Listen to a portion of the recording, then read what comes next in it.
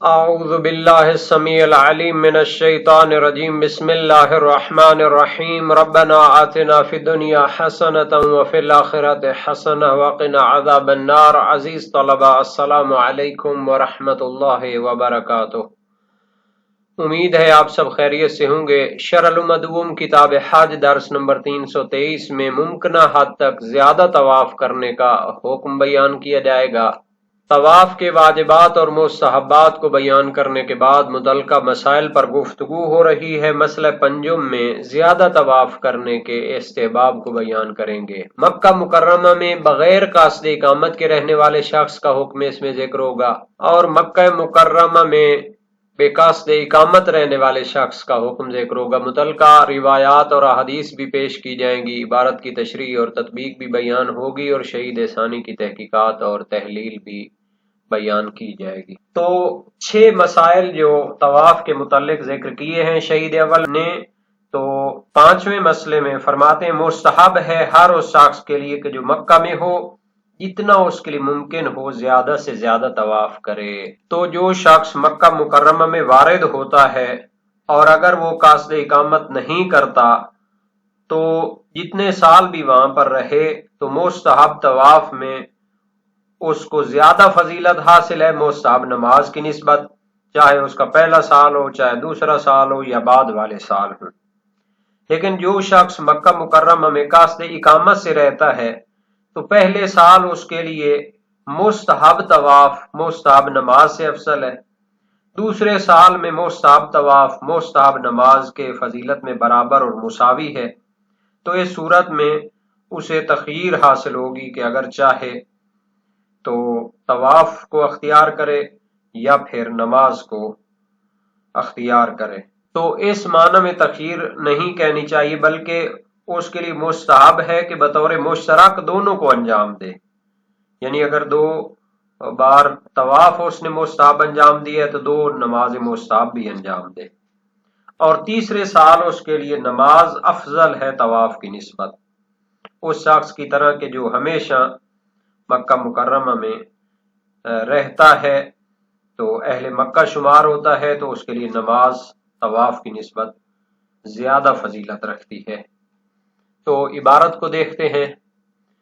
فرمایا الخامسۃ یستحب اکثار الطواف لکل حاضر بمکہ ما استطاع وهو افضل من الصلاۃ تطوعا للوارد مطلقا۔ طواف کے متعلقہ مسائل میں 5واں مسئلہ یہ ہے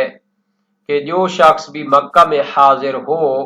اس کے لیے زیادہ سے زیادہ طواف انجام دینا مستحب ہے، مستطاع جتنا اس کا قدرت اور استطاعت میں ہو، وَهُوَ أَفْضَلُ مِنَ الصَّلَاةِ تَطَوُّعًا لِلْوَارِدِ مُطْلَقًا، اور مستحب طواف مستحب نماز سے زیادہ فضیلت رکھتا ہے جو شخص مکہ میں وارد ہوتا ہے، مکہ میں جاتا ہے مطلقا،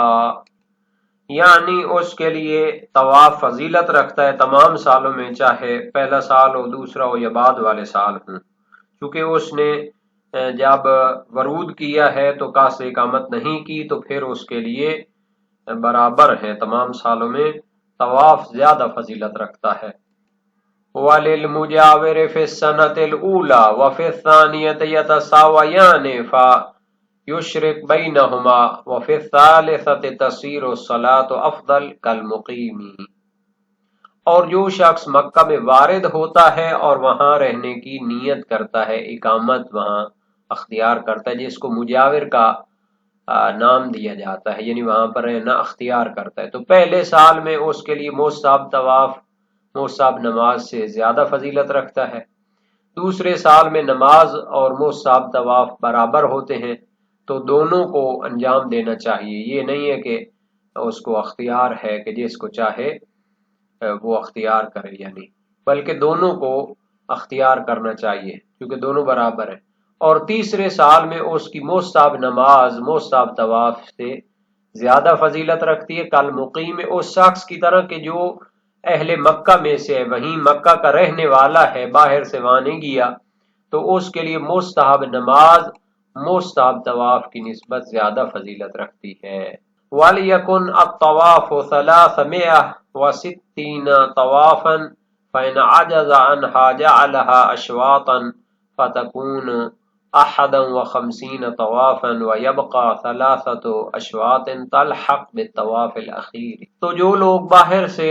مکہ میں جاتے ہیں تو ان کے لیے طواف مستحب کے بارے میں حکم بیان ہو گیا، جتنا زیادہ ہو سکے، جتنا ان کی قدرت اور استطاعت میں ہو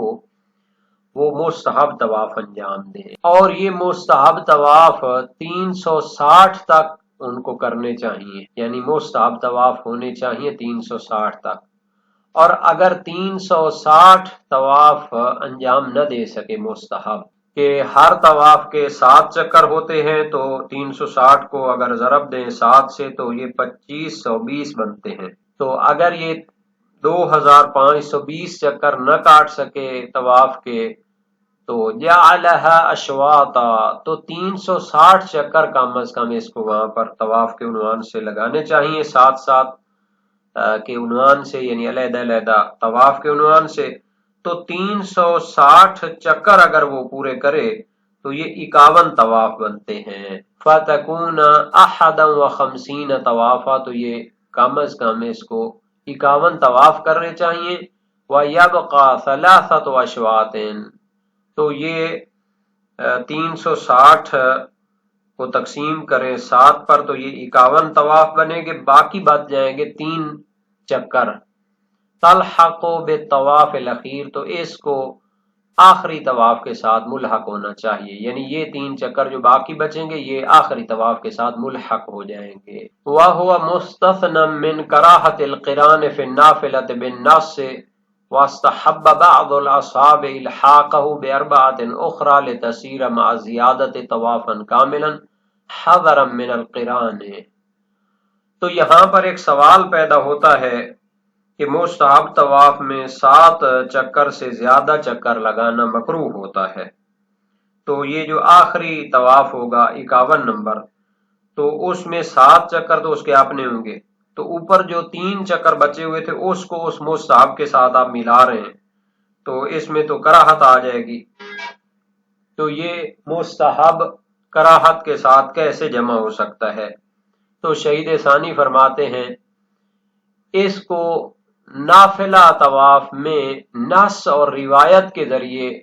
قران کی کراہت سے استثناء کیا گیا ہے۔ نافلہ طواف میں 7 چکر کے علاوہ کچھ چکر اضافی کریں تو ان کو ملانے میں کراہت ہوتی ہے، لیکن نص خاص کی وجہ سے اس کراہت کو استثناء کیا گیا ہے۔ تو گویا شہید ثانی علیہ رحمہ یہ کہنا چاہتے ہیں جب نص اور روایت اس مطلب کی موجود ہے تو پھر ہمیں اس میں شک نہیں کرنا چاہیے اور کراہت کا شائبہ نہیں ہونا چاہیے، بلکہ یہ استحباب پر باقی ہے۔ اور دوسرا رائے حل بھی پیش فرما رہے ہیں، وَاسْتَحَبَّ بَعْضُ الْأَصْحَابِ إِلْحَاقَهُ بِأَرْبَعَةٍ أُخْرَى، بعض فقہائے شیعہ نے مستحب قرار دیا ہے کہ ان 3 چکر جو 51 کے بعد بچتے ہیں 4 اور چکر کے ساتھ ملا دینا چاہیے، لِتَصِيرَ مَعَ الزِّيَادَةِ طَوَافًا كَامِلًا، تاکہ یہ ایک علیحدہ 52 نمبر طواف مستحب بن جائے، حَذَرًا مِنَ الْقِرَانِ، اور ان فقہاء نے یہ ذہن میں رکھا ہے کہ مستحب طواف میں 7 چکروں پر زیادہ چکر کا اضافہ نہیں ہونا چاہیے۔ تو جب 4 چکر اس کے ساتھ علیحدہ طور پر ملا دیے جائیں گے تو وہ ایک مستقل طواف بن جائے گا مستحب، اور اس میں قران کی کراہت نہیں آئے گی، یعنی ان کے چکروں کے ساتھ کمی زیادتی کا جو ہوتا ہے وہ لازم نہیں آئے گی۔ تو اس صورت میں ایک اشکال تو یہ پیدا ہوتا ہے کہ مستحب ہے کہ 360 چکر وہ لگائے یا 360 مستحب طواف کرے، اگر وہ نہیں کر سکتا تو پھر عدد بتایا گیا 360 چکر لگائے۔ یہ جو 360 کا چکر ہے اور اس کو جو ہے معین کیا گیا ہے، تو اس کے ساتھ 4 چکر کا اضافہ یہ منافی ہے اس عدد کو معین کرنے کے ساتھ۔ تو اس کا جواب دیتے ہیں کہ استحباب عدد مذکور اور 4 چکر کے اضافے کے استحباب میں تنافی اور تعارض نہیں ہے، کیونکہ عدد مخصوص کا جو استحباب ہے وہ زیادہ کی نفی نہیں کرتا، اس کے استحباب کی نفی نہیں کرتا، بلکہ وہ کم تر کی نفی کرتا ہے۔ مراد یہ ہے کہ 360 سے کم نہیں ہونے چاہیے، اگر زیادہ ہو جائیں تو کوئی حرج نہیں، بلکہ وہ ظاہر ہے کہ وہ مستحب ہی ہوگا، چونکہ آپ طواف کے چکروں کے عنوان سے اس کو انجام دے رہے ہیں۔ وَإِسْتِحْبَابُ ذَلِكَ لَا يُنَافِي الزِّيَادَةَ، اس میں وہی جواب موجود ہے، یعنی 4 چکر ان آخری 3 چکروں کے ساتھ ملا دیں تو پھر یہ 52 مستحب طواف بن جائیں گے۔ تو کوئی کہہ سکتا ہے کہ 360 چکر کا استحباب تھا، تو 360 چکروں کے استحباب سے اس سے 4 چکر زیادہ لگانے کے ساتھ تعارض اور تنافی نہیں پائی جاتی، اس سے کم کو نہیں کہہ سکتے کہ وہ مستحب ہے، لیکن زیادہ تو جتنا ہو وہ بہتر ہے۔ وَأَصْلُ الْقِرَانِ فِي الْعِبَادَةِ مَعَ صِحَّتِهَا لَا يُنَافِي الْاِسْتِحْبَابَ وَهُوَ حَسَنٌ۔ تو یہاں پر ایک اور اشکال ہو سکتا ہے، مسئلہ ششم جو آگے آنے والا ہے وہ یہ ہے کہ طواف میں قران نہیں ہونا چاہیے، مکروہ ہے۔ تو اس کے 2 معنی کیے گئے ہیں، ایک تو یہ ہے کہ انسان چند چکر ایک مستحب طواف کے چکروں پر 7 چکروں پر اضافہ کرے، یہ نہیں ہونا چاہیے، اور دوسرا معنی یہ ہے کہ 2 مستحب جو طواف ہیں 7 چکر، ان کو بغیر فاصلے کا انجام نہیں دینا چاہیے، ان کو پے در پے انجام نہیں دینا چاہیے، تو دونوں معنوں میں یہ مکروہ ہوتا ہے۔ تو یہاں پر جب 4 چکر کا اضافہ کرتے ہیں تو اگرچہ پہلے معنی میں قران لازم نہیں آئے گا، لیکن دوسرے معنی میں قران یہ بن رہا ہے، 2 طوافوں کو آپس میں ملا رہے ہیں، تو یہ مکروہ ہو جائے گا۔ تو یہ جناب علی کس طرح طواف کے استحباب کے ساتھ جمع کریں گے، حالانکہ استحباب اور کراہت آپس میں منافات رکھتے ہیں؟ تو اس کا جواب بھی شہید دینا چاہتے ہیں۔ کراہت کے 2 معنی ہیں، ایک تو ہوتا ہے اصطلاحی معنی اصولیوں کے نزدیک جو ہے، یعنی جو مرجوح ہو اور اس کا ترک کرنا اس کے انجام دینے سے بہتر ہو، یہ معنی عبادات میں صحیح نہیں ہے، کیونکہ عبادت تو ہمیشہ راجح ہوتی ہے، لیکن اس کا دوسرا ایک معنی ہے، اس کا ثواب تھوڑا کم ہوگا۔ اس معنی میں عبادات میں یہ ہوتا ہے کہ کہتے ہیں فلاں عبادت مکروہ ہے، اس کا ثواب کم ہے دوسری عبادت کی نسبت، لیکن یہ منافی نہیں ہے کہ وہ عبادت ہونے کے ساتھ ساتھ کہ شرعی طور پر وہ راجح ہے لیکن اس کا ثواب کم ہو۔ اس کی مشہور مثال ہے حمام میں نماز پڑھنا۔ تو اصل نماز تو عبادت ہے اور رجحان رکھتی ہے، لیکن اس جگہ پر جب پڑھتے ہیں تو اس سے اس کے ثواب میں کچھ کمی واقع ہوتی ہے۔ تو ہمارے مسئلے میں اس کی تطبیق یہ ہوگی کہ کراہت یہاں پر دوسرے معنی میں ہے، یعنی 2 طواف کو مستحب طواف کو آپس میں قران کرتے ہیں تو یہ کراہت لازم آتی ہے۔ کراہت مرجوحیت کے معنی میں نہیں ہے، بلکہ تھوڑا ثواب کی کمی کے معنی میں ہے، تو یہ اصل استحباب کے ساتھ منافی نہیں ہے۔ تو فرمایا اصل القران فی العبادت،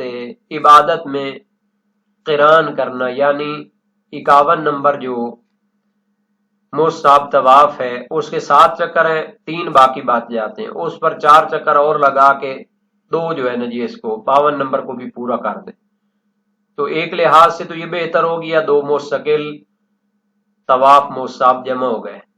لیکن دوسری طرف سے ہے کہ عبادت میں قران ہونا یہ تو مکروہ ہوتا ہے۔ فرماتے مع صحتها، جب عبادت صحیح ہو، لا ينافی الاستحباب، تو یہ اس کے استحباب کے منافی نہیں ہے۔ کراہت یہاں پر مرجوحیت کے معنی میں نہیں ہے، ناپسندیدہ ہونے کے معنی میں نہیں ہے، بلکہ تھوڑا ثواب کی کمی کے معنی میں ہے۔ وَهُوَ حَسَنٌ، شہید ثانی فرماتے ہیں یہ نظریہ بہتر ہے۔ وَإِنِ اسْتُحِبَّ الْأَمْرَانِ، اگرچہ کہ دونوں چیزیں مستحب ہیں، ایک تو 360 چکر پورے کرنا تو وہ 51 مستحب طواف بنتے ہیں، اور دوسرا 4 چکروں کا اس پر اضافہ کرنا تو 52 نمبر بھی پورا ہو جائے گا۔ دونوں چیزیں مستحب ہیں، اور یہاں پر استحباب کراہت کے ساتھ اس معنی میں نہیں ہے کہ مرجوحیت پیدا ہوتی ہو، بلکہ اس کا معنی یہ ہے کہ کچھ ثواب کم ہو سکتا ہے اگر 51 کے ساتھ 52 باہم مل جائے۔ یہاں تک اصل مسئلے کا تعلق ہے کہ جتنا زیادہ ممکن ہو جو بندہ مکہ میں جاتا ہے تو زیادہ سے زیادہ طواف انجام دے۔ روایات اس پر دلالت کرتی ہیں۔ صحیح معاویہ بن عمار جلیل القدر سے کراوی امام صادق علیہ السلام سے روایت کی، ان اللہ جعل حول الکعبۃ 20 و100 رحمہ منہا 60 للطائفین۔ اللہ تعالی نے کعبہ کے گرد 120 رحمتیں قرار دی ہیں، جن میں سے 60 رحمتیں طواف کرنے والوں کے لیے ہیں۔ وسائل وشیہ باب 4 ابواب طواف حدیث سیوم۔ صحیح ابو عبداللہ الخزاز ریشم فروش تھے، جلیل القدر سے کراوی ہیں، امام صادق علیہ السلام سے روایت کی، ان للکعبہ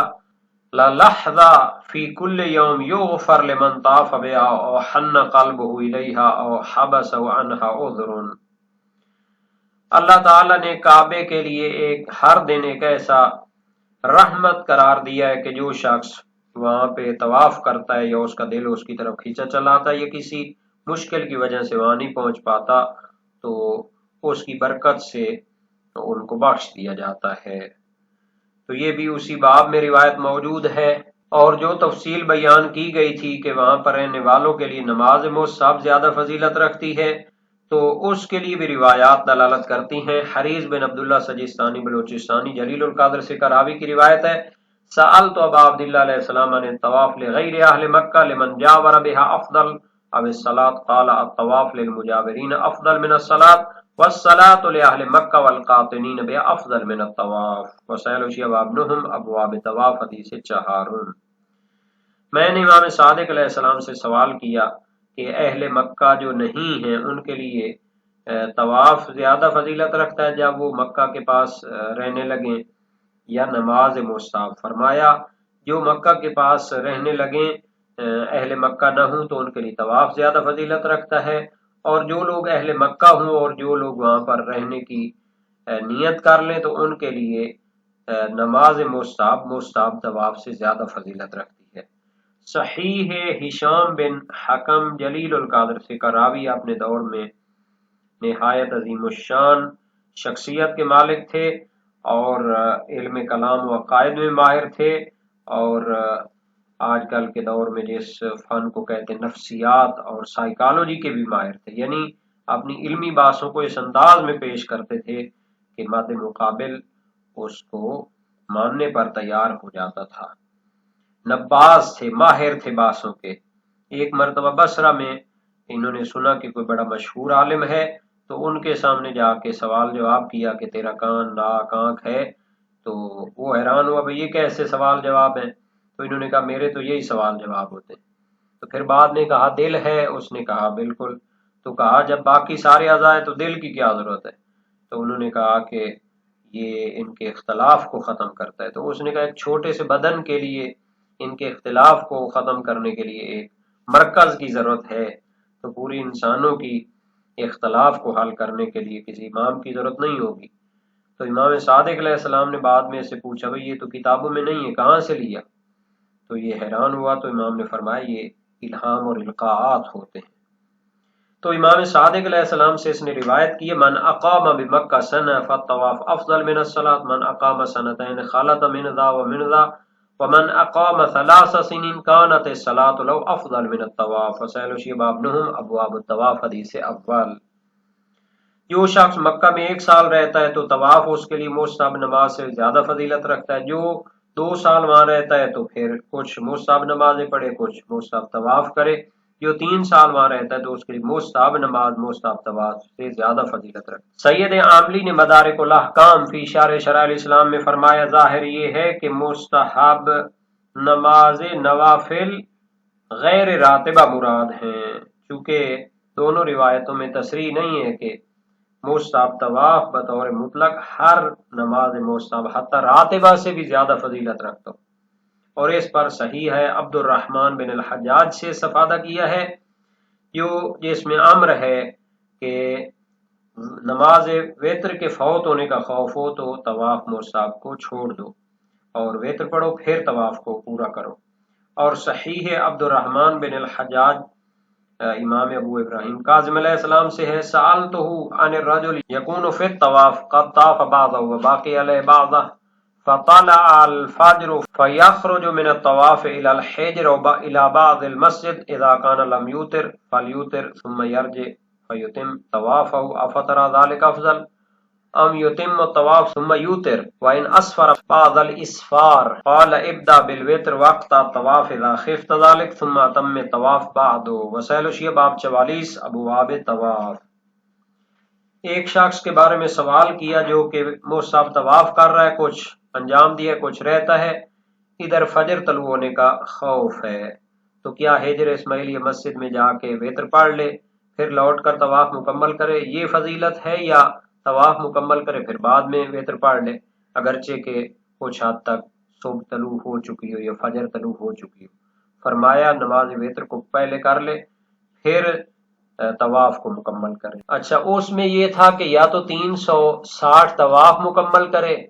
یا 360 چکر مکمل کرے، تو اگر 360 طواف کرے گا تو یہ 2520 چکر بنیں گے، اس میں کوئی اختلاف نہیں، صحیح ہے۔ معاویہ بن عمار جلیل القدر سے کا راوی ہیں، تو وسائل الشیعہ باب ہفتم ابواب طواف میں یہ ہے امام صادق علیہ السلام سے، یستحب ان یطوف 360 اسبوعا علی عدد ایام سنہ فإن لم يستطع ف360 شوطا فإن لم يستطع فما قدرت علیہ من الطواف۔ مصعب 360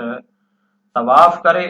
اگر یہ ممکن نہ ہو اور اس کی قدرت نہ ہو تو 360 چکر پورے کرے، اگر یہ ممکن ہو تو جتنے طواف ممکن ہوں۔ تو بہرحال اس کی بات کافی بیان ہو چکی ہے۔ جناب محقق ہلی سید المدارک فرماتے ہیں کہ یہ جو اضافہ ہوگا 3 چکروں کا 51 طواف پر، وہ مکروہ نہیں ہے چونکہ نص موجود ہے، اور یہ مستحب طواف کے ساتھ کران اور زیادہ چکر ملانے سے بھی استثناء ہے۔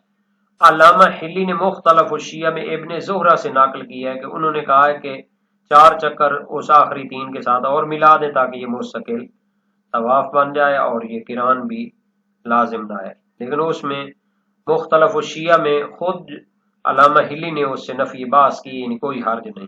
اس کے لیے بزنتی کی روایت ہے علی سے، اور علی بن ابی حمزہ مراد ہوں گے، اور انہوں نے ابو بصیر سے روایت کی امام صادق علیہ السلام سے، یستحب ان یطاف بالبیت عدد ایام سنہ کل اسبوع ل7 ایام فذلک 52 اسبوعا۔ مستحب ہے کہ سال کے دن کے برابر طواف کرے، ہر 7 جو ہے وہ 7 دن کے برابر ہوں گے، اور یہ 52 طواف بنے گے، یعنی آخری جو 3 ہیں ان کے ساتھ ایک اور 4 کا اضافہ کر لیں۔ تو بہرحال یہ شہید ثانی نے ابن زہرہ کے نظریے